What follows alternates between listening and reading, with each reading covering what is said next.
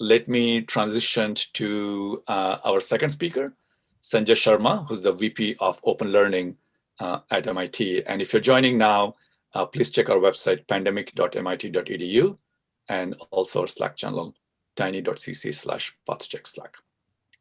Sanjay. Thank you, Ramesh. If you look at the way in which we get regular vaccines, for example, a flu vaccine, you go to your doctor and you say, listen, I think I should get the flu vaccine, or they might suggest it to you, and you just go down to your local CVS. Maybe you sign a couple of waivers, but you could pay cash if you want to get your vaccine, and you leave just as if you'd purchased a bottle of Tylenol. There is no centralization. You're not submitting stuff to a massive database. Your doctor isn't talking to this database. You just got it, Now, there are two fundamental differences, of course, in this strange time. On the one hand, we have a vaccine that's in very short supply. And so what that means is that we have a very nuanced classification of who gets a vaccine when. We know all this phase 1, phase 2, et cetera. It's based on your job, and it's based on your age and pre-existing conditions. And we have no classical way for proving this. For example, if your job is you're a childcare worker, how do you prove you're a childcare worker? So what this has done is this vaccine situation is for two reasons creating a push to centralize information. The first of them is that when you show up to get your vaccine, you got to prove that you are in the category that can receive the vaccine at that period in time. And that's one push to centralization. It's almost like we're trying to fill thimbles with a fire hose, it's sort of so awkward. And so that's one thing. The second thing that's pushing centralization is that the logistics of vaccines are very difficult. The cold chain of Pfizer, as you know, is extreme. It's negative 70 degrees centigrade. And if you open a box, if you open a vial, you have only a few hours to use it. So you want people together so you can sort of pump them through the system and get the vaccine to them. And even Moderna is negative 20 degrees centigrade, which is much better, but still it's not a room temperature. And so there's, again, a push towards centralization. And so the problem is that the push towards centralization and data centralization are being coupled, and that is unfortunate. So what we are suggesting, what Ramesh just very eloquently described, and what Anna and the other speakers will talk about, is we need to decouple. This is not a scalable situation. The way you decouple is you give people coupons. If you're a firefighter, you get a coupon that says you're a firefighter.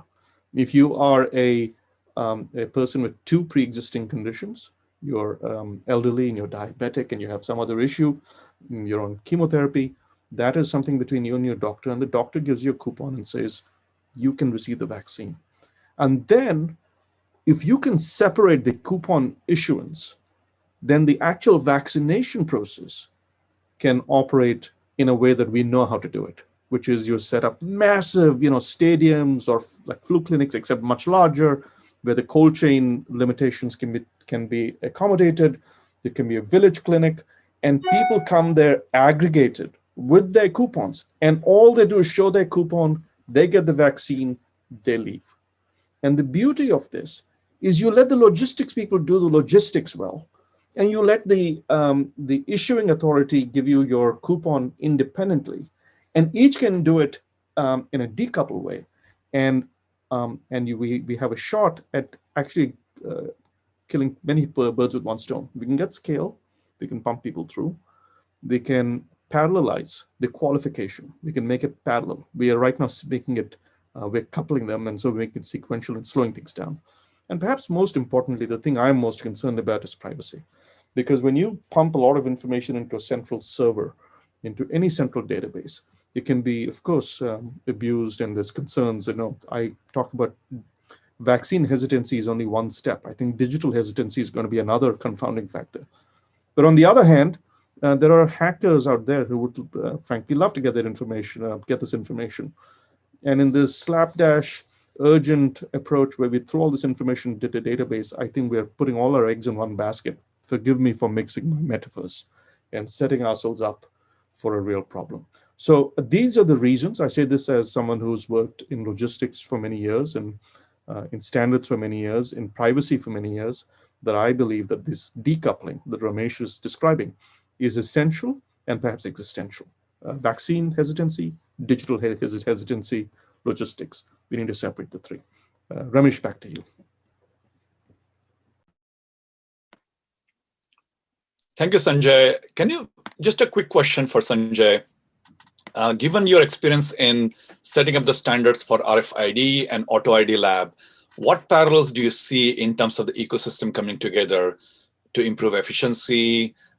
Back then it was more about trade secrets. Here it's more about privacy. What parallel do you see from the challenges in early 2000 to get barcodes and RFIDs distributed and agreed upon versus the system we have right now? For example, even Pfizer and Moderna don't agree on the QR codes for the vials yet. And then we, have, of course, have these downstream challenges with the user journey itself.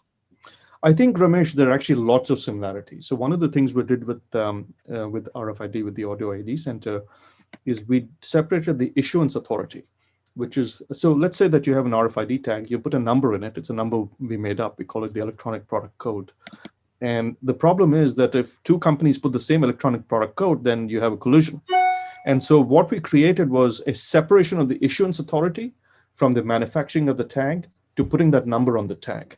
And that issuance authority is now standardized, and it is now owned by a nonprofit entity I sit on the board of. It's called GS1. These are the people who do barcodes worldwide.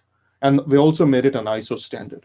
But a central tenet, in my view, of good standards is a good architecture, a decoupled architecture, an architecture that can survive. If you couple things, it can't survive one error, right? I mean, if someone shows up and says, I'm a firefighter, but they're not, the queue gets delayed, and maybe the firefighter's database gets hacked, there's another problem. So you have to have a robust architecture to have robust standards. So those are the similarities, Ramesh.